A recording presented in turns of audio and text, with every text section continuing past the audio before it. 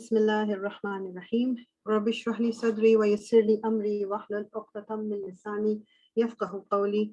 Rabbi zidni ilma. Allahumma faqihna fid din.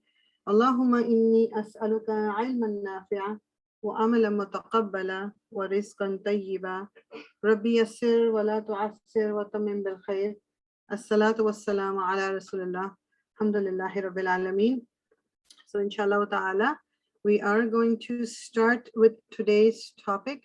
I wanted to wait for other people to join, but we are going to take a break for Maghrib as well. So it is important that I start now, inshallah ta'ala, and people can join us later on.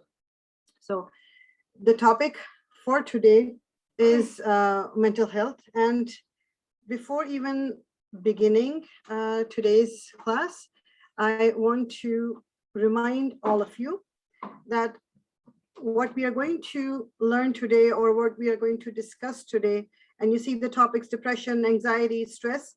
Yes, we are going to talk about these topics, but in no way I am giving any, you can say, like I'm not going to be like it's not a diagnosis of the clinical depression, clinical anxiety, clinical stress, because some people, they really have depression, severe anxiety, severe stress, as we are going to learn inshallah, and to the point that they need to see a doctor for that. So I am in no way saying anything about that extreme situation.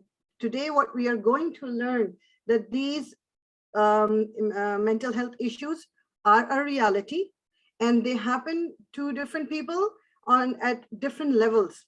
There is a degree of stress, there's a degree of anxiety, there's a degree of depression, and they have not been diagnosed for clinical anxiety or depression or stress. So remember that throughout the class, that I'm not giving any diagnosis for the clinical form of these mental health issues.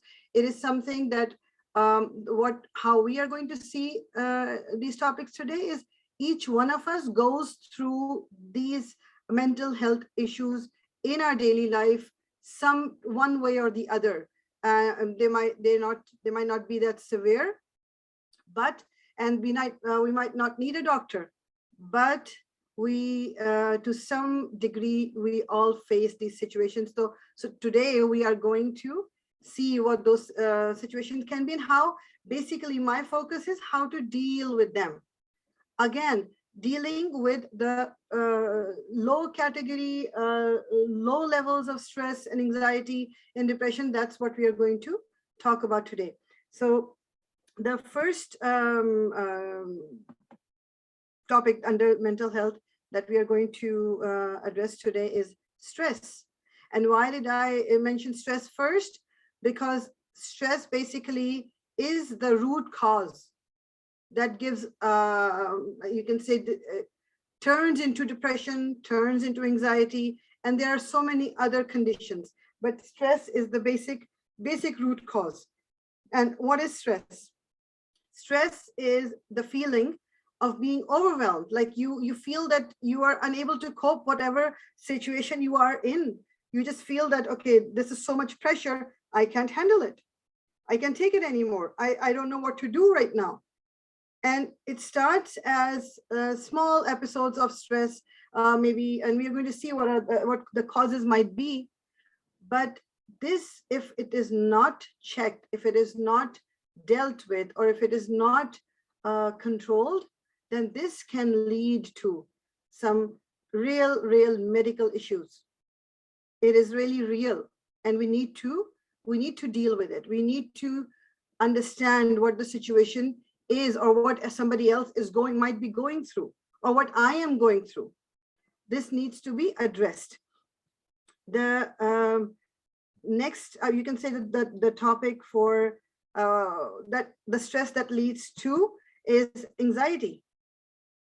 Anxiety, the root cause for anxiety is stress. And what is anxiety? Anxiety is a normal reaction to stress. When you feel stressed out and you feel you cannot handle it, then that leads to anxiety. Anxiety disorders, like, they differ from normal feeling of nervousness. Again, as I said, normally if you feel nervous or you're anxious whether I will be able to do it or not, and you have that certain level of fear there, that is something different.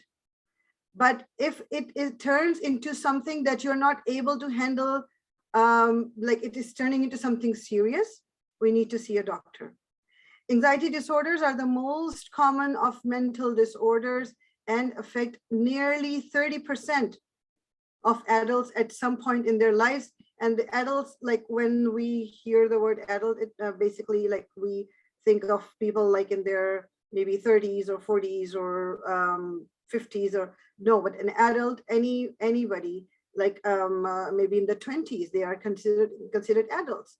16-year-old, they're teenagers, but they are considered an adult. There are certain rules and regulations that might consider them as youths still and not adults, but especially in the eyes of Allah subhanahu wa ta'ala, somebody who has reached puberty, they are considered as adults. Why? Because, and also because they're considered adults, once you have reached that point, then your reward book starts with Allah subhanahu wa ta'ala. So anything wrong you do, it is considered a sin. Anything right you do, it is considered a reward after you have reached a certain point in your life. And for girls, it is when they start their periods, they become an adult. So anxiety disorders are like 30% of the people, they have some kind of anxiety issue. And what is the root cause? It's stress.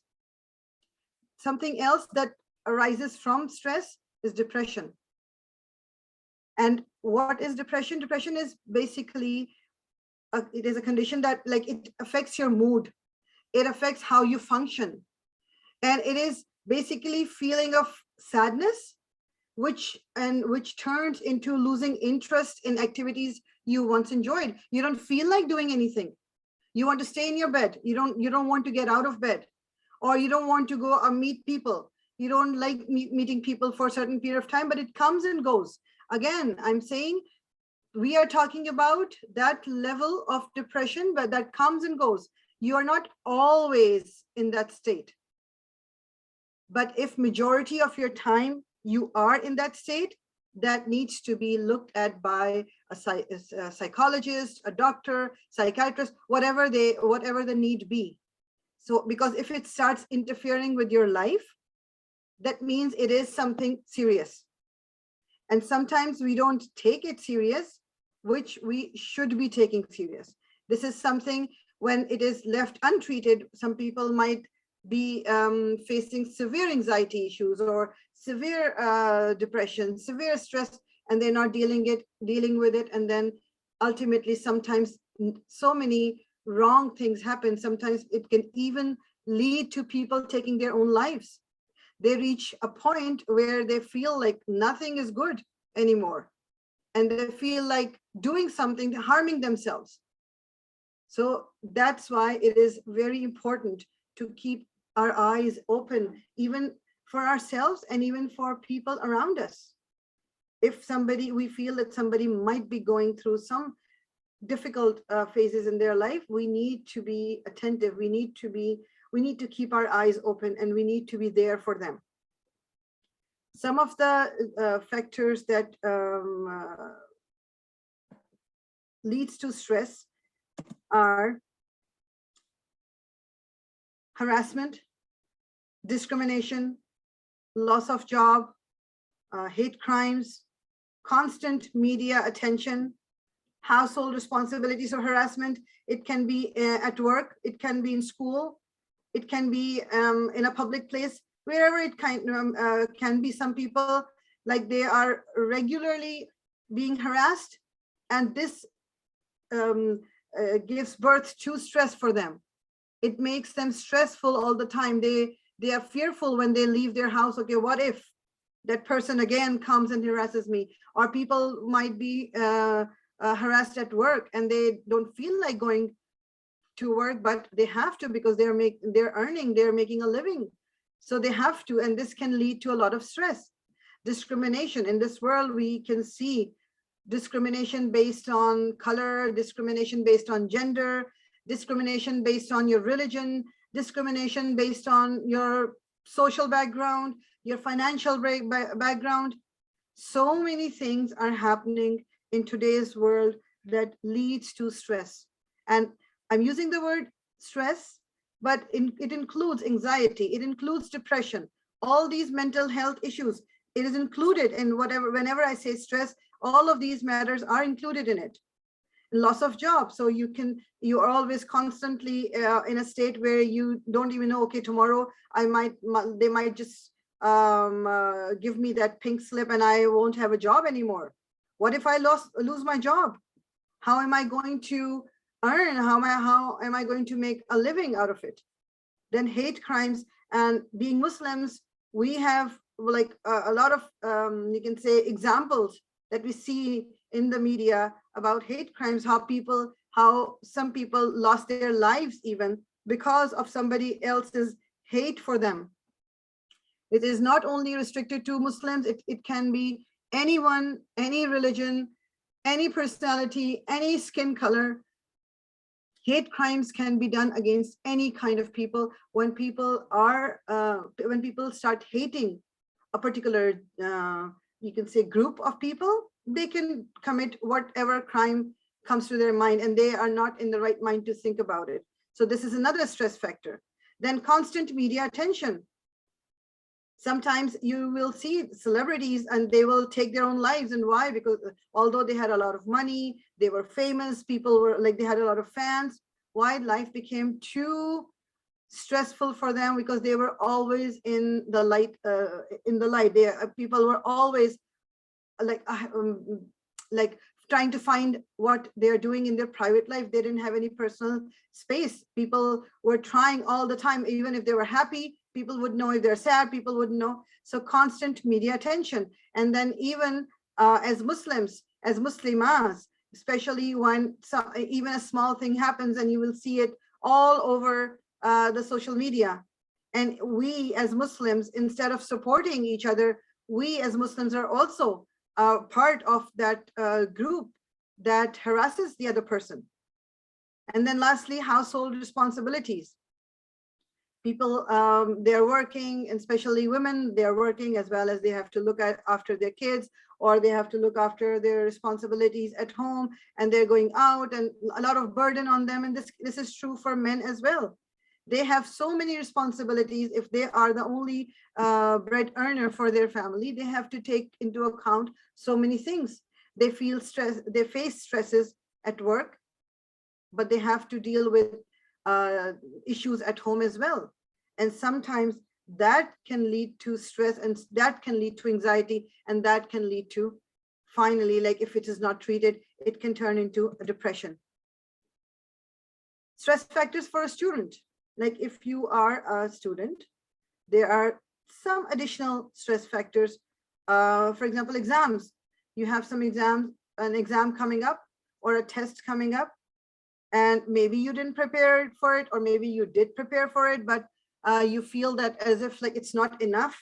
And what if you don't get good marks? Maybe you will not get into a good university, or if you are still in grade school, like maybe your parents will be angry with you, or whatever the reason might be. So exams are one of the major stress factors for a student.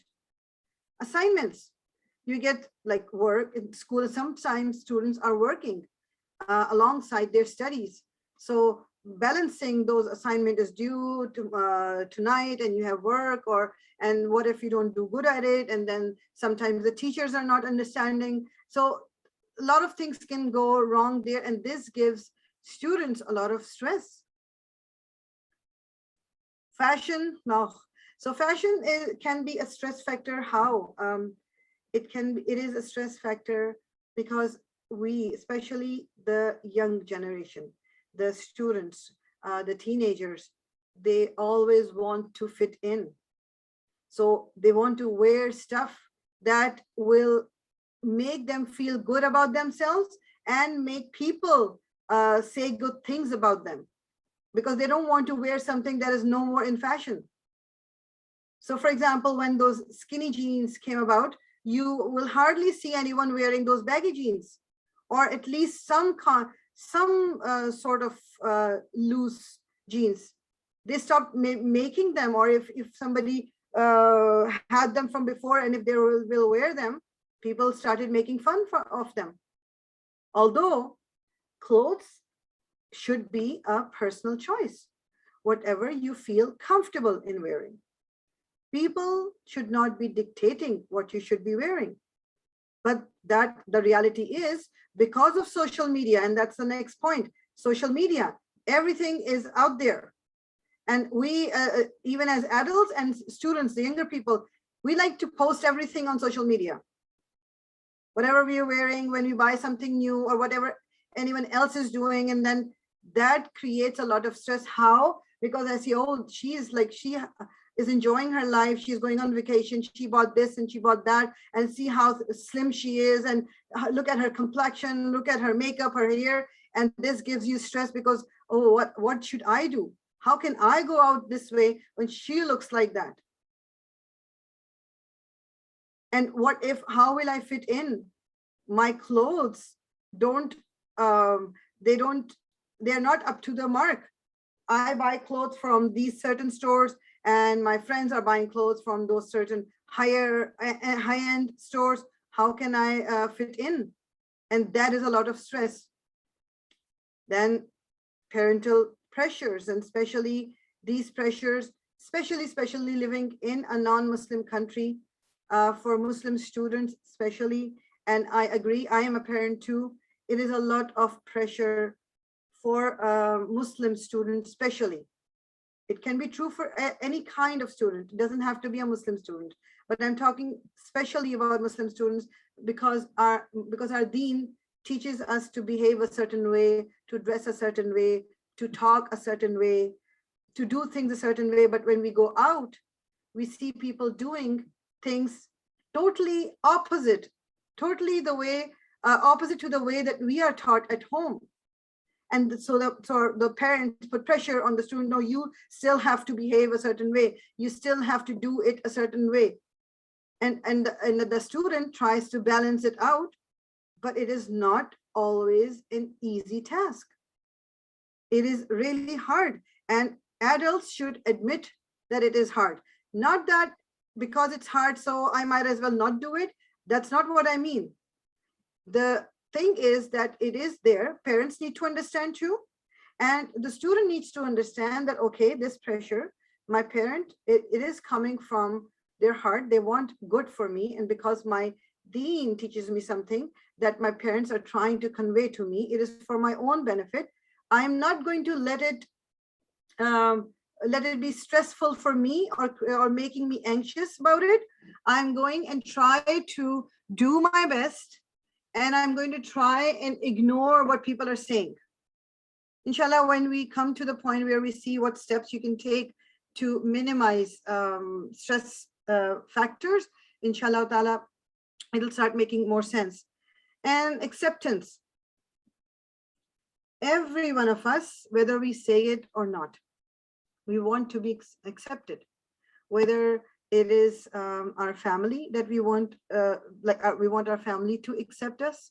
We want our friends to accept us. In our school, we want the teachers to accept us. As a whole, as a society, we want the society to accept us. There are so many different levels of acceptance, and we as human beings, we want to be accepted. Nobody likes to be the outcast. Nobody wants to be the one that nobody wants to talk to, or nobody wants to be the person who's sitting alone in a party or in class or wherever you are. Nobody wants to. Some people might choose to on their own. Sometime they need and they want to be alone. That is something different. But especially, it is not only confined to youth, but especially the younger people, the younger generation. Sometimes they can be really, really mean to their peers, and they will boycott certain students and they will let them be alone. So in order for a person to avoid being left alone, they will start doing things that will make them a part of the in crowd. I don't want to be a social outcast. I want people to like me. I want to behave in a certain way. I want to talk a certain way. So if I use a few bad words here and there and people will start liking me, I will do it.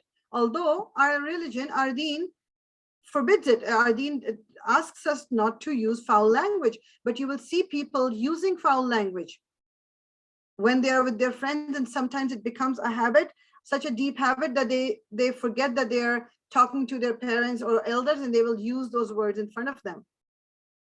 And that's when you can realize that this is something that has gone out of hand. It needs to be stopped. Physical features.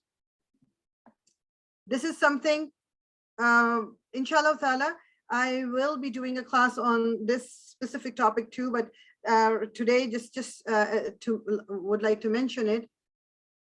Physical feature means how you look. Are you tall? Are you short? Are you thin? Are you overweight? You're obese?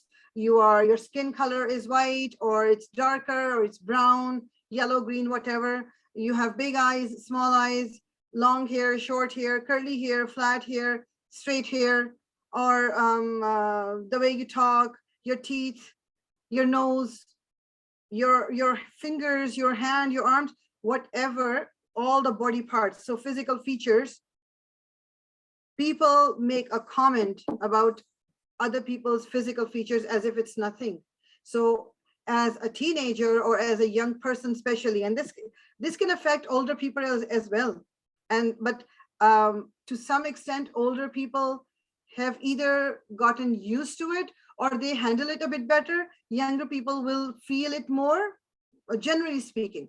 There are like, it can go either way, but being accepted again.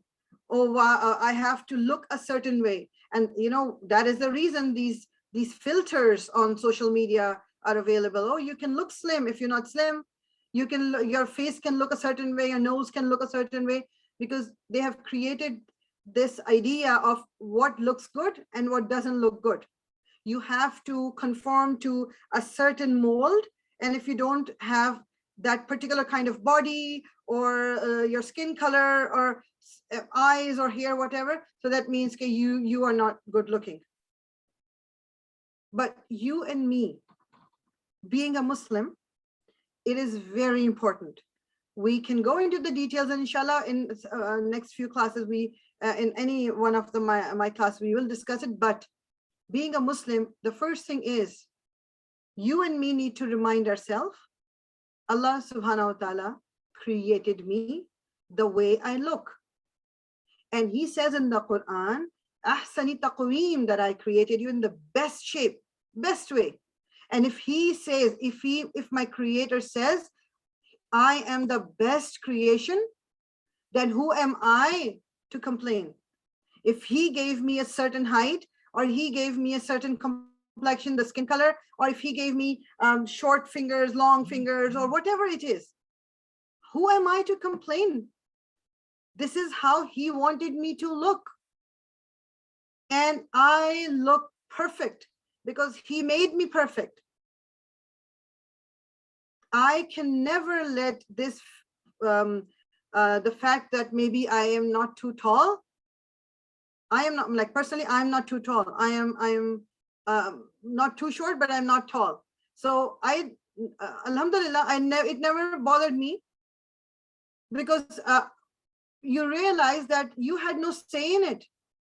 If Allah subhanahu wa ta'ala gave you that height, that's what you have, and you should be proud of being a creation of Allah subhanahu wa ta'ala and being happy in, this is what my creator chose for me. You were supposed to look this way because Allah subhanahu wa ta'ala made sure you look this way, because he wanted you to be looking what you look like. It was not an accident. So we need to be happy in our own skin. We need to be happy the way we look. Yes, I have control over the way I talk, the way I speak, the way I carry myself, my character. If I want to control what I eat, yes, that's all in my hand. Yes, I can do that. But other than that, the things that I cannot change, I cannot be sorry for them. I need to be happy for them. So these are certain stress factors that are there that especially young people are really affected by it. So inshallah ta'ala, we are going to take a break here for Maghrib for 15 minutes. Inshallah, we are going to come back at 5:15. Please make sure that you don't come late. I want to start right away, inshallah ta'ala. So subhanakallahumma wa bihamdika. Nashhadu an la ilaha illa anta nastaghfiruka wa natubu ilayk. Inshallah, 15 minutes break.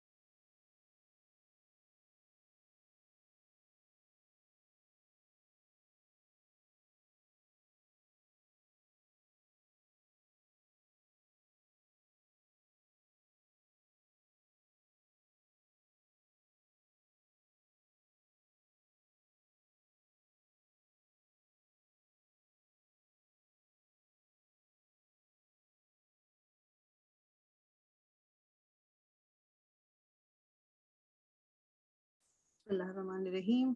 Rabbi shrah li sadri wa yassir li amri wahlul 'uqdatam min lisani yafqahu qawli.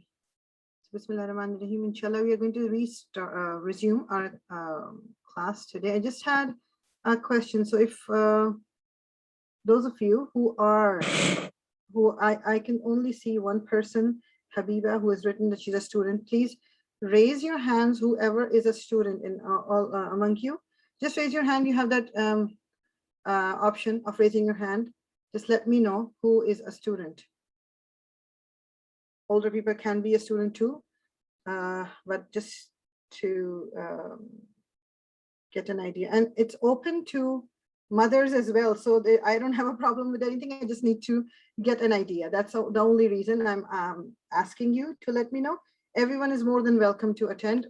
It's females only. Yeah, but moms can attend and students can attend. That's not a problem. Okay. Okay, so 5 people. So the students are, okay, you can put your hand down. Now what I'm going to ask is, the students that just raise their hand, are your mothers with you? Are they listening on too, or no? If they are, then you can just raise your hand. Okay. Okay. No problem. Jazakallah khairan. Thank you very much. So inshallah, we are going to continue. So we just looked at the stress factors, especially for a student. So as I said, these can be true for adults as well.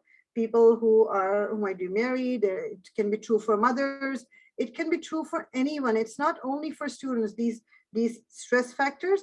For example, fashion, especially like I can give you an example of myself. Like if you want to follow what your deen, the guidelines that our deen provides us for how to dress for a woman, if you want to follow that, then of course you are not following the fashion norms of the society, and then that can be a stress factor as well. If you're a parent, there are so many pressures that you want to teach your child the right thing to do according to your own deen, but then they're living in a society where people are doing the total opposite of what our deen says. So how to come to terms with that, with the environment that you are living in? So these factors and acceptance, all of us want acceptance, but some of us can deal with not being accepted a bit better than others. But the stress factor, and anxiety arises from too much stress. Anxiety is like you're always on the edge. You feel that, okay, I'm going to make a mistake, or I'm going to ruin this, or I'm going to do this wrong. And that I've seen people going through really, really severe anxiety, and it can lead to clinical anxiety, meaning having panic attacks or anxiety attacks, and you're frozen. You're not able to do things. You're not able to live a normal, healthy life.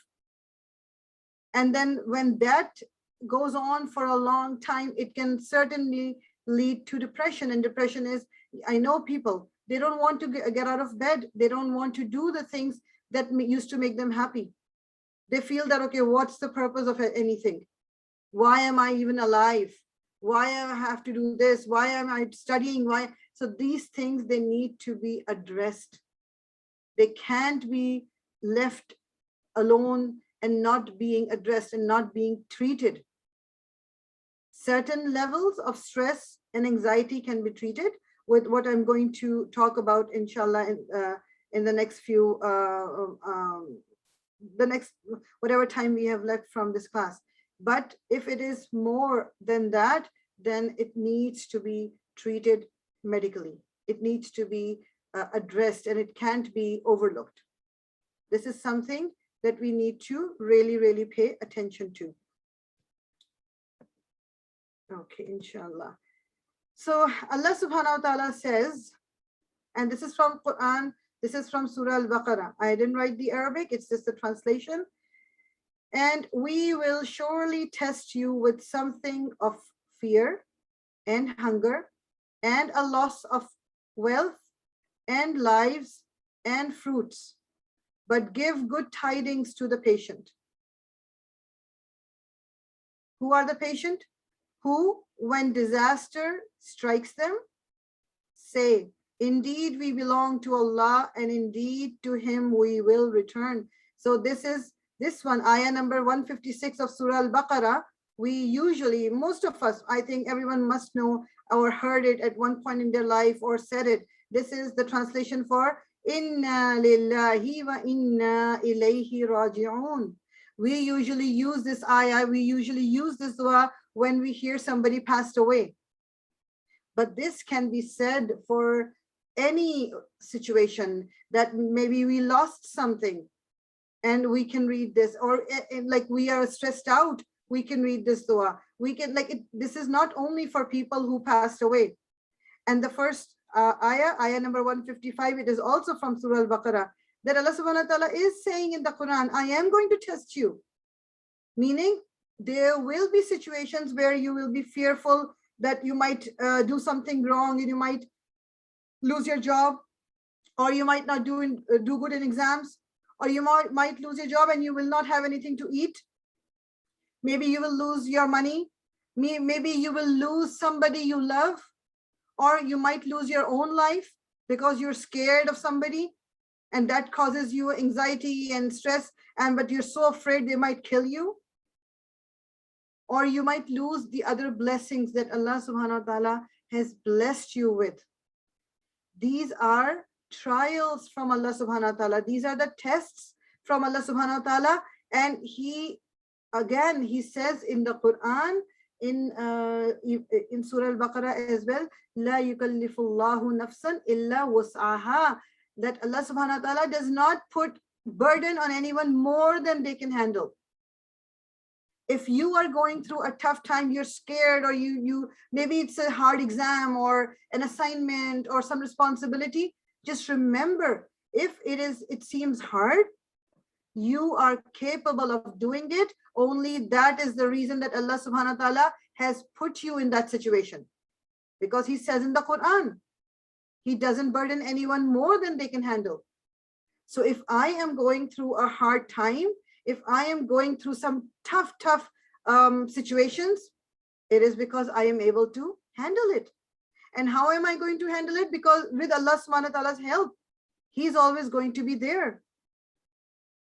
And when disaster strikes them, they say something bad, really bad happened. It can be a loss of wealth, property. It can be a loss of life, meaning you might, God forbid, lose somebody you really love, a close relative.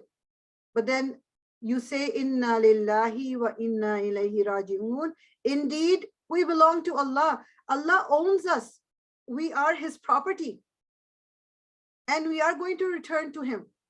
We're not going to stay in this world our whole, like forever. It's only the life that we have, maybe 60 years, 70 years, 80, 90, 100 years, or even more, whatever. It has a limit. We are going to die. We are going to return to our Creator.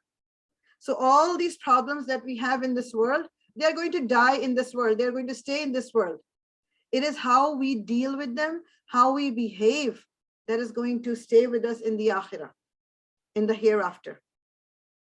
So when Allah subhanahu wa ta'ala, coming back again, when Allah subhanahu wa ta'ala says that he is going to test us, surely, he will surely, لَنَبْلُوَنَّكُمْ بِشَيْءٍ مِّنَ الْخَوْفِ, لَنَبْلُوَنَّكُمْ, meaning he is definitely going to test us with all these things that he mentioned in this ayah. Of course, we make dua that, oh Allah, don't put us through test. Never ask for hardships. Always we ask Allah subhanahu wa ta'ala to make our life easy. But if negative situations or hard situations or people around us are making it hard, then we turn to Allah. He knows.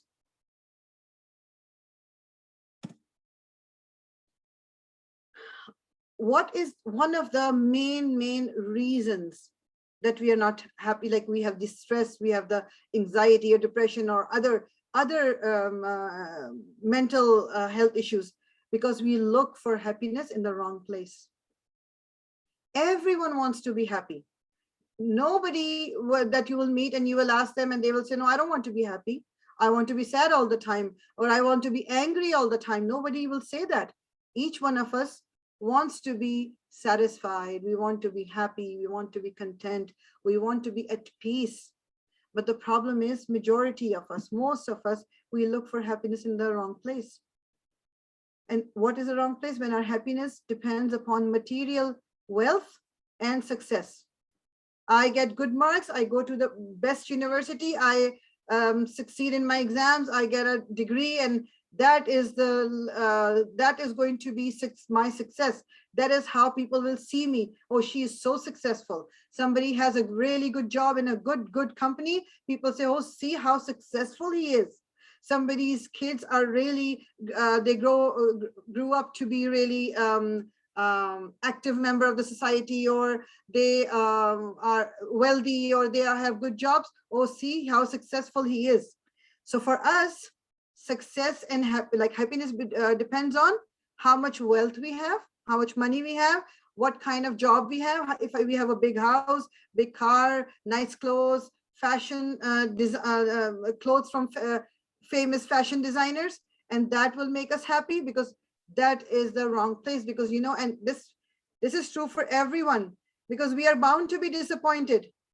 Because why are we going to be disappointed? And you, all of you, including myself also, we have experienced that that I really wanted something. Maybe you want a shoe or a shirt or something really badly, and your parents get it for you, or you yourself buy it for yourself.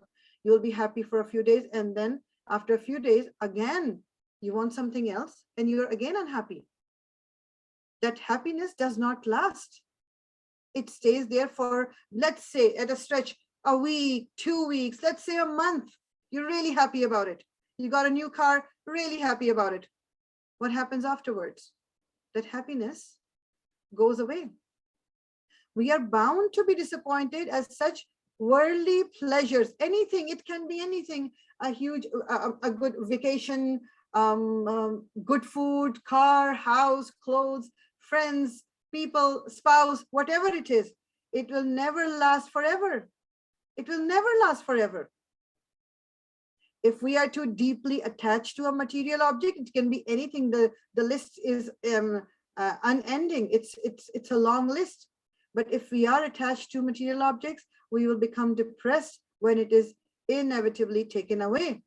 If we are too attached to, some people are, they have pets in their house and they become really attached to them. Of course, it's natural human nature. You become attached to your pets. But if you become too attached to them, that God forbid something happens to them, now people are depressed.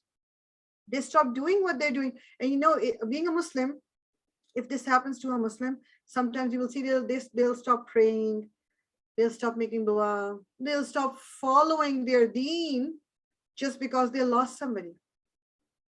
And why did this happen? Because they became really attached to something that was already going to be taken away.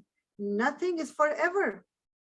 Nothing is immortal. Everything has a life, and that the time when it comes, it is going to go away. If human beings cannot stay forever, these things won't stay. And you know, even these things like for our clothes, our shoes, other things, they might stay longer than us. Our life will end, but these things will stay behind. And for these things, we will fight each other. We will be mean to each other. We will do whatever we can to get those things, but those things are really temporary. They are going to be taken away. Everything has a life. So we are going to look for happiness not in the worldly things. We are going to find happiness inside of us. If somebody is happy with whatever situation they are in, they are never going to be unhappy, because you are always grateful. You are always thankful for Allah subhanahu wa ta'ala for whatever situation you are, because you will always find somebody worse than you. And then you compare, and then you say, I am better off. Alhamdulillah for that. The more Alhamdulillah comes out of our mouths, and not only the words, we literally, we genuinely feel that the gratitude to Allah subhanahu wa ta'ala, the more grateful we are for the things we have, less stress, less anxiety, less depression we will face. Because our heart will be content, inshallah ta'ala. So the question comes, how to improve mental health? Now, okay, we learned that these are the issues that everyone goes through at one point in their life. And again, I'm reminding you, I'm not talking about clinical depression, clinical anxiety, clinical stress, that you have been diagnosed with this thing. You need to see the appropriate, the doctor, psychotherapist, or whoever it is. I'm talking about the depression, anxiety, and stress that we deal with daily to some extent. So how do we, and this, all of this affects our mental health. Mentally, then people are not able to see or talk or behave in a way that is appropriate once you let these things overpower you. You make these things, you know how they say, making a mountain out of a molehill. Like, it's just a small thing, but because you're so used to being stressed out or being anxious, that even if something really, really tiny goes wrong, you can see a disaster happening, although it is not even close to being a disaster. So help is available. And now we are going to see and take the steps, inshallah ta'ala, how we can improve our health, inshallah ta'ala, mental health. So the first thing, first and foremost, ask Allah subhanahu wa ta'ala. In our first class that we did on dua, dua is such a strong, strong weapon. It is a weapon of a moment. We ask Allah subhanahu wa ta'ala, He is as-Sami'. As-Sami' means the all-hearing. Even if you whisper, even if you don't even move your lips, you're just thinking in your heart, He can hear it. He can hear my pledge. He can hear what I'm going through. If I am crying, if I'm asking Him something, He can hear. He is Al-Basir. He is all-seeing. Al means the, like the ultimate. There can be no one above it.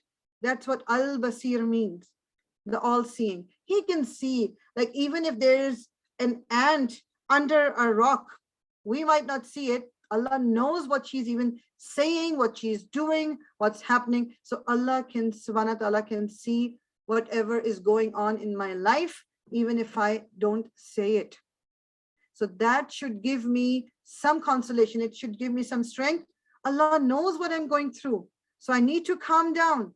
I need to say, Astaghfirullah Rabbi, Astaghfirullah Rabbi, to calm myself down, because at that point, when I'm anxious, when I'm depressed, when I'm stressed out, Shaitan comes to me and he says, oh, how are you going to manage this? You don't have the strength. You don't know what to do. You're so, and he is going to whisper all these negative feelings and negative talk into our heart, and that is going to create even more anxiousness for us. He is Al-Mujib. Al-Mujib, we did this in the first class as well. He is Al-Mujib, acceptor of prayers. He, the word Jawab comes from the same root. He answers. He not only accepts, he answers our du'as. He can hear, he can see, and he accepts. So if I'm making my dua loudly, he can hear it. If I'm making my dua really, really softly, then nobody can hear, but Allah subhanahu wa ta'ala can hear. If I'm going through pain, he knows, he can see. So first step, when you feel that you are in a situation where you are feeling really anxious, and sometimes that anxious, that fear in your heart, it makes your heart race. It makes your heart go really fast. At that point, first of all, we need to say astaghfirullah. We need to drink water. We need to sit down. We need to calm ourselves down by taking any name of Allah, by making any dua that comes to your mind. Oh Allah, make it easy for me. Oh Allah, give me patience, give me contentment. You know, if you've heard about Prophet Yunus alayhi salam, he was eaten up by a big fish, a whale. The whale swallowed him, Yunus alayhi salam, and he stayed there for a long time. And and inside the tummy of that whale, it was all dark.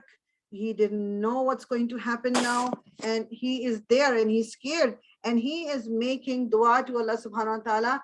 He's not doing anything else. He's not waiting and doing nothing, and because he didn't have anything to do, he didn't know what to do, and he's asking Allah subhanahu wa ta'ala for help. And la ilaha illa anta subhanaka inni kuntu minaz zalimin. He is turning back to Allah subhanahu wa ta'ala, and Allah subhanahu wa ta'ala heard. Now he's inside the tummy of a whale, and we can think, okay, how is Allah subhanahu wa ta'ala going to hear me? But Allah hears, Allah knows, Allah subhanahu wa ta'ala can see. And the fish, then he came out of the mouth, out of the belly of the fish, and he survived because Allah subhanahu wa ta'ala heard his dua.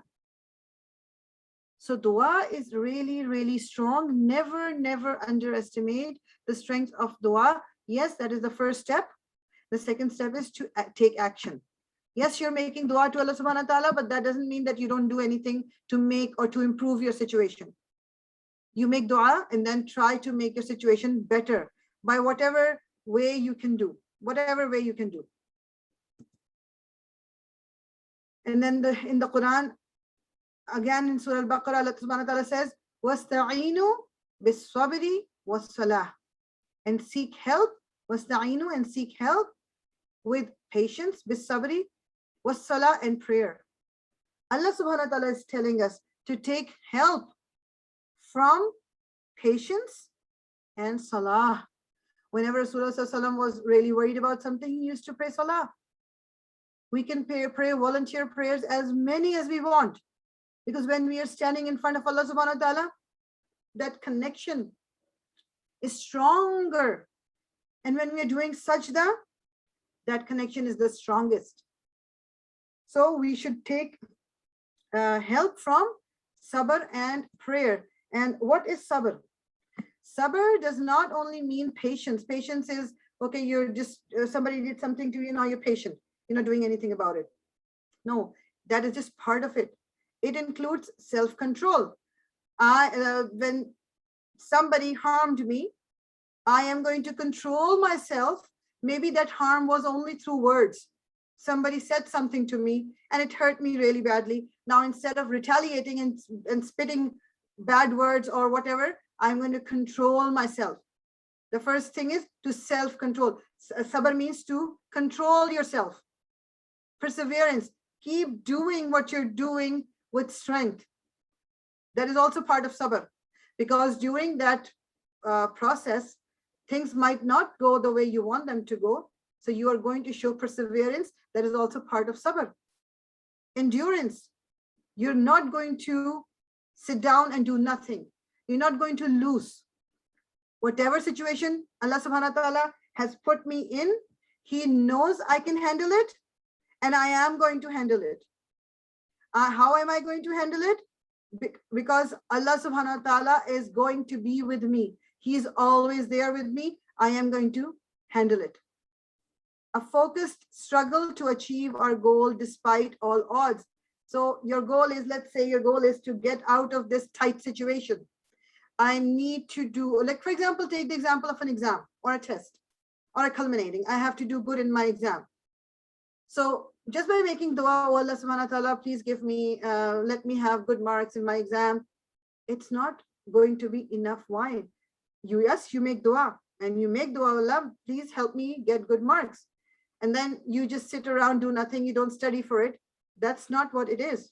You have to work really hard with patience, with perseverance, with self-control. Yeah, my friends are going out, they're going to the mall and they are enjoying themselves, and I'm sitting home and studying for my exam. Oh, that is self-control. No, because I have a goal in front of me. I am going to do good in my exam. I'm going to make my parents proud. I'm going to make myself proud. And above all, Allah subhanahu wa ta'ala wants us to do the best we can in every part of our life. So that is why I'm going to show sabr. I'm going to show self-control, perseverance, endurance. Sometimes sabr is only taken as patience. It's not only patience. So wasta'inu bis sabri was salah, to take help with sabr and salah. So salah, how does this help? How does salah help us? We detach yourself from the dunya at least 5 times daily. So if we pray 5 times, at least during those 5 salahs, we are not thinking about the dunya, or at least we try not to think about the dunya, because sometimes shaitan comes and our mind just wanders off, and then we bring it back, then it wanders off, then we again bring it back.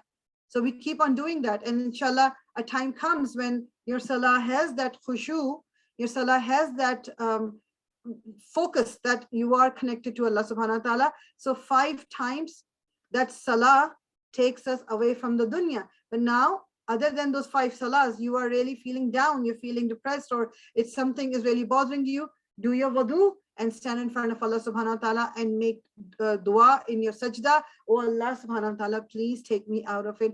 I don't know what to do. I am really scared. I am really fearful. I am really tired. I am really sad. I feel alone.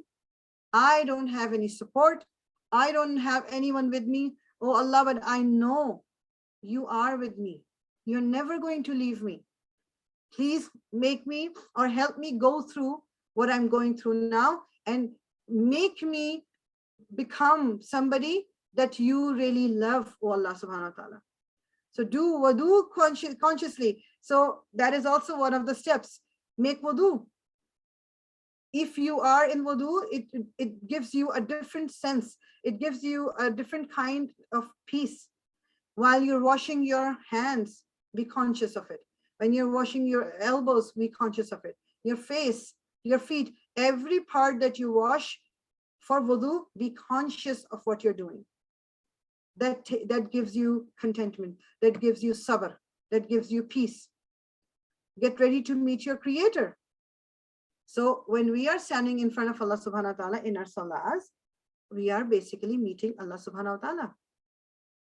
That's, if we cannot have that feeling, oh, I am standing in front of Allah subhanahu wa ta'ala, at least we should know that Allah subhanahu wa ta'ala is watching me. Just as you prepare yourself to meet some celebrity, we need to prepare ourselves to meet Allah subhanahu wa ta'ala. And these 5 daily prayers, or any other voluntary prayers that we do, the salahs we do, they prepare us for the ultimate meeting with Allah subhanahu wa ta'ala, when we are going to pass away from this dunya to the akhirah, the dunya that is going to be eternal. Make long sujood. According to a hadith of Rasulullah sallallahu alaihi wasallam, while in sajda, that's the closest we are to our Rabb. We are to our Lord. We are to our Allah subhanahu wa ta'ala when we are in sajda, in the salah. So that is the best time to make dua. Oh Allah subhanahu wa ta'ala, please help me. Allah subhanahu wa ta'ala, take me out of this mess that I put myself into. And remember, when you're making dua, make dua for other people as well. You know, this is also according to a hadith, that when we make dua for other people, whatever we ask for them, the angels say that the same will be accepted for you. If you're asking for somebody's health, the same dua is going to be accepted for you. Your health will be preserved. Allah subhanahu wa ta'ala is going to preserve your health. So whenever we make dua, never be stingy, never be, always think about other people also. It's not like if you don't ask for other people that it's a guna or a sin. I'm not saying that. The thing is, just be conscious of other people. There's so many other people, they might be going through the same phase that you are going through. Make dua for them. And according to a hadith, Rasulullah sallallahu alaihi wasallam said, tie your camel. So one day, Prophet Muhammad sallallahu alaihi wasallam noticed a Bedouin. These are the people who used to live in the desert, and they were illiterate. They didn't read or write. So he noticed a Bedouin leaving his camel without tying it.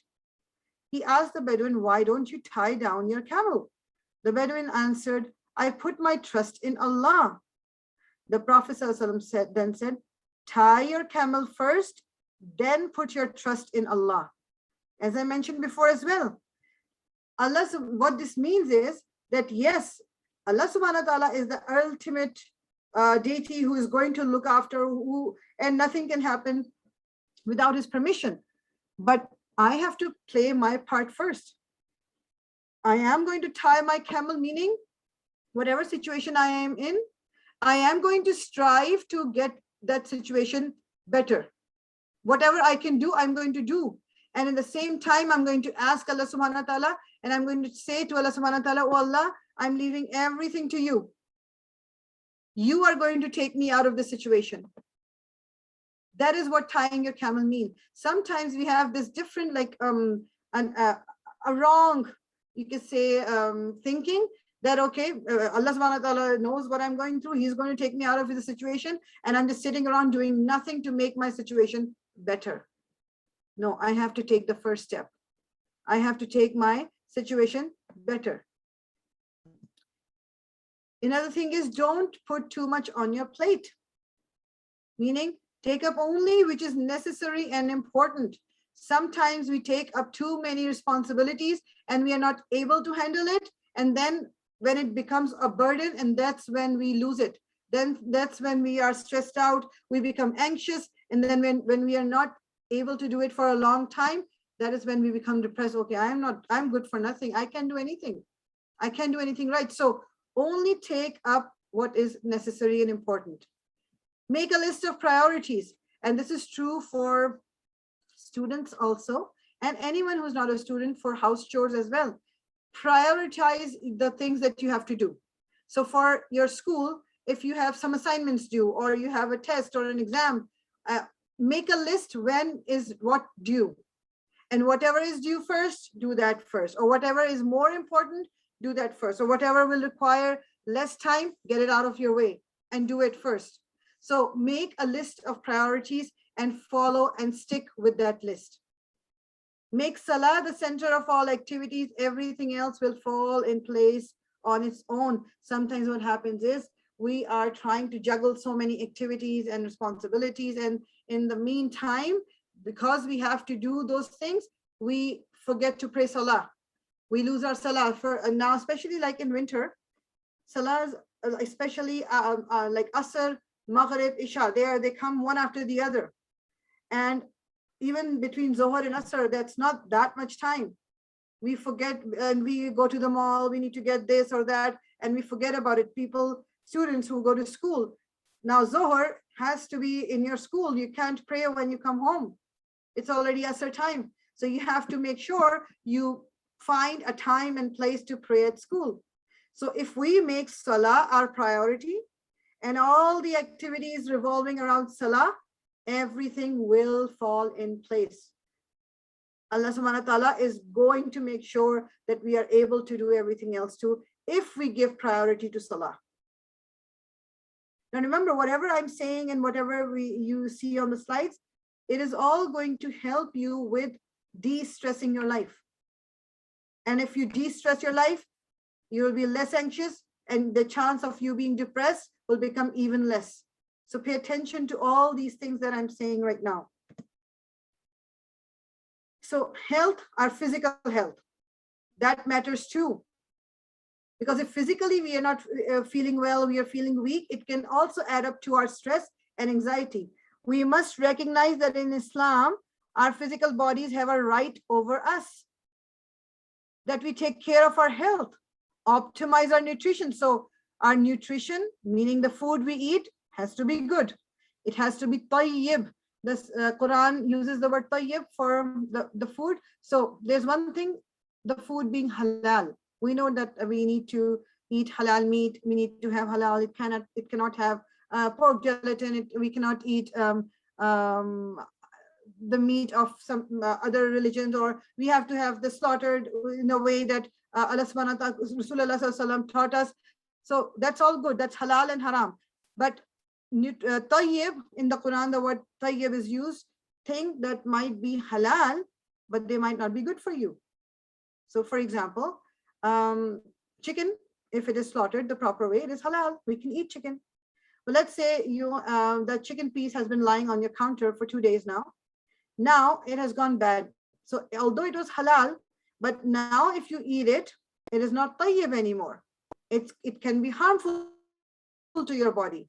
Or candies are halal, chocolate, but overindulgence in these candies and chocolates and chips, it can affect our body negatively. So that means we are not looking after our nutrition, we are not looking after our physical health, while as a Muslim, it is a must. Get enough quality sleep. We need to sleep, and especially young people, they sleep late because they're working, or sometimes even if they don't have any work to do, they're just awake watching something or doing something. Sleep, quality sleep is very important. Exercise daily. These three things, diet, sleep, and exercise, they are the pillars of physical health. It is very important. The food we eat, if we are getting in, because our body, when we sleep at night, our body is refurbished, it is repaired. The body cells that break down during the day, they are repaired while we are sleeping, because we are not doing any activity. Our brain can focus on repairing the cells. If we sleep less, our body is going to feel it earlier in our lives. Instead of people, when they become older, they have those pains and aches, we are going to get them earlier. So according to an ayah, verily your own self has rights over you, so fast. Sorry, this is a hadith. Verily your own self has rights over you, so fast and break your fast, pray and sleep. Meaning, you eat, then there comes a time when you don't eat, then you do sleep, you pray. So you do all the things. Basically what this hadith means, you are doing everything that matters. So in a nutshell, put your trust in Allah, do dhikr regularly, subhanallah, alhamdulillah, la ilaha illallah, Allahu Akbar, astaghfirullah. Do zikr, any kind of zikr that you do. Establish salah, meaning praying regularly 5 times daily minimum. Have patience. Wasta'inu bis sabri was salah, so you have sabr. Remember, Allah runs the world, not us. We do not control the results, we control how much effort we put in. You and I cannot control the result. We can put in efforts. What happens in the end, it's in Allah's hand. As I said, that we need to remember, Allah subhanahu wa ta'ala is running the dunya, not us. He is running the game. He is the owner. He knows, and he is going to make sure what happens does happen. We are required to carry out our responsibilities to the best of our abilities. I did my best. Now I am not capable of doing any more. I leave it there and then. Allah knows, and now Allah subhanahu wa ta'ala is going to take it further. As I said earlier, we don't control the results. We can only control our efforts. If we put in effort, sometimes what happens is some students, they will put really good efforts into studying and before an exam, and but something happens on the day of exam and they're not able to perform as well. So the teacher will base the result based on whatever they have written in the exam. So whether they knew or not, whatever she sees or he sees, they're going to mark on that. That's not the case with Allah subhanahu wa ta'ala. Allah subhanahu wa ta'ala looks at our efforts. No matter what the result is, if you had put in the effort to make a situation better, Allah subhanahu wa ta'ala knows, and he is going to reward you for that. The situation is going to come better. Success and failure is in Allah's hand. If you did your work, you did your assignments, you did your practice, you did whatever you were supposed to do. And for those of you who are not students and they have work, you did your best. Now you leave it to Allah subhanahu wa ta'ala. He is going to take care of it. Whether you're successful or you're failure, it depends on Allah subhanahu wa ta'ala, not on me and you. We have to think positive. We do have a degree of control over what we choose to think about and reflect upon. We have control over our thoughts. We need to be optimistic. What does Allah subhanahu wa ta'ala say in the Quran? This is part of an ayah. La taqnatu min rahmatillah. Despair not of Allah's mercy. Do not, never, never, never have any negative thought about the mercy of Allah subhanahu wa ta'ala. He is Rahim, he is Rahman, he is always merciful. He knows, even if we make a mistake, The moment we turn to him, he forgives us. Thinking the best about Allah subhanahu wa ta'ala and his decrees, meaning if you are in a bad situation, you tell yourself, if Allah subhanahu wa ta'ala has put me in this situation, inshallah, he's going to take me out of it, and I'm going to do my best to stay positive. You will feel lighter because now you have put everything to Allah subhanahu wa ta'ala. Some people, shaitan especially, makes people pessimist. Pessimist is somebody who always thinks the worst situation.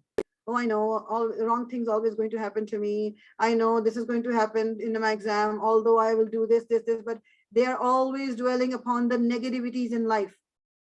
Nothing goes right for me. Everything goes wrong for me. Why does Allah subhanahu wa ta'ala does this to me? Na'uzubillah. And this is what we do. But what does Allah subhanahu wa ta'ala say in the Quran? La taqnatu min rahmatillah. Never despair of Allah's mercy. If he says this in the Quran, I need to believe in it. Never, never lose hope. No matter what kind of situation you are never going to blame Allah subhanahu wa ta'ala. You're never going to feel burdened. Why? Because Allah knows, Allah sees. Another important thing to de-stress your life is keeping good company.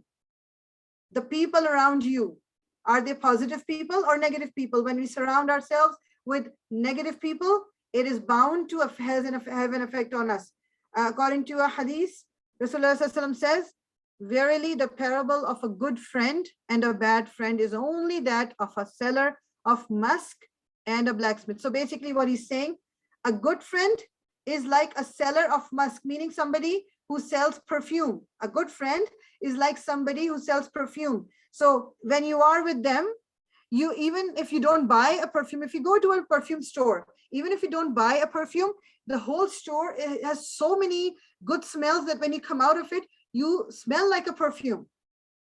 So good friends are like perfume. If you are in their company, whatever kind of person you are, their goodness is bound to have an effect on you. You are going to leave your bad habits. It is going to rub off on you their goodness. And as for a bad friend, it is like he's or she is like a blacksmith.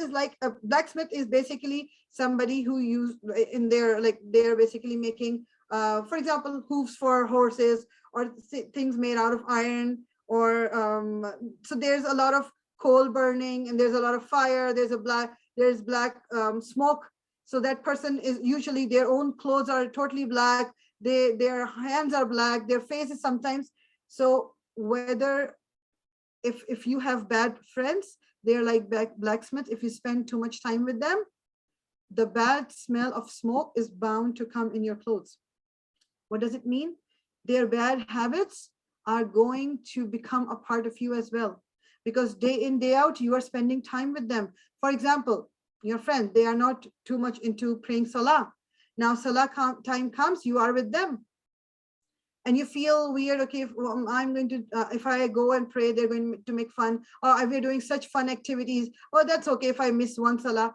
And that will become a habit. You are going to start missing salah. Then you're going to start finding excuses. You're going to lie, you're going to cheat. And then one thing will lead to another. And then in no time, you will just become like them. But on the flip side, if you are in the company of good people, they will have the positive energy, they will have positive habits, and they're going to remind you, don't worry, you are in a bad situation. Allah is with you, we are with you. We need to have positive people in our life. It is going to play a really, really important role in our life. And in the end, a beautiful dua by Rasulullah Sallallahu Alaihi Wasallam. I didn't write the Arabic of it because it's hard to memorize, but I can share this dua if somebody wants that. This is a complete dua. It's a beautiful dua. Oh Allah, and this is something, let's make this dua together. Oh Allah, I am your servant, the son of your servant, the son of your maid servant, meaning my parents are your servants as well. My forelock is in your hand, like my basically forelock is like your forehead and your front of your face. It's in your hand.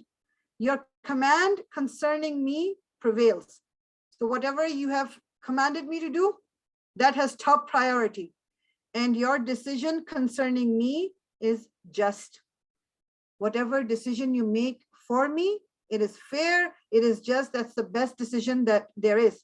I call upon you by every one of the beautiful names with which you have described yourself. So we say Al-Mujib, As-Sami, Al-Basir, Ar-Rauf, Ar-Rahman, Ar-Rahim, whatever the beautiful names we want to take, or which you have revealed in your book, or you have taught to any of your creatures, on which you have which you have chosen to keep in the knowledge of the unseen with you. Meaning, there are names that we know, 99 names of Allah, but there might be more than that, which we don't know. But oh Allah, we call upon you in all the beautiful names that you have to make the Quran the delight of my heart, to make the book of Allah, the Quran, the happiness of my heart, meaning my connection with the book of Allah is so strong that I feel happy when I'm reading the Quran, when I'm understanding it, when I'm following it. So make the Quran the delight of my heart, the light of my chest, and to remove my sadness and dispel my anxiety. Remove my sadness. We feel sad when we are stressed out. We feel sad when things don't go the way we want them to go. So Allah, take my sadness away and remove any anxiety that I have. This is such a complete dua. We must, all of us, for me and you also, make a habit of making a dua that is this complete. And Allah subhanahu wa ta'ala listens. We need to remember the whole, like, we can never forget that my biggest supporter, my wakil, is Allah subhanahu wa ta'ala. He's al-wakil. He's the wakil basically means the lawyer. He is going to support me. He's going to do things on my behalf. So once we leave it to Allah, we become light. We don't have that anxiety anymore. Now I know I have left it in the hands of someone who is in control of everything. So those people that I'm afraid of, that give me anxiety and stress, they are Allah's slaves. They can't do anything to me. It is Allah subhanahu wa ta'ala who is in control. Why do I need to worry? I don't need to worry about anything. All I need to worry about is keeping Allah subhanahu wa ta'ala happy with me, and I'm going to connect myself with Allah subhanahu wa ta'ala. That is what we are going to do from now on. I know we just have small time. I'm going to finish around 6:15.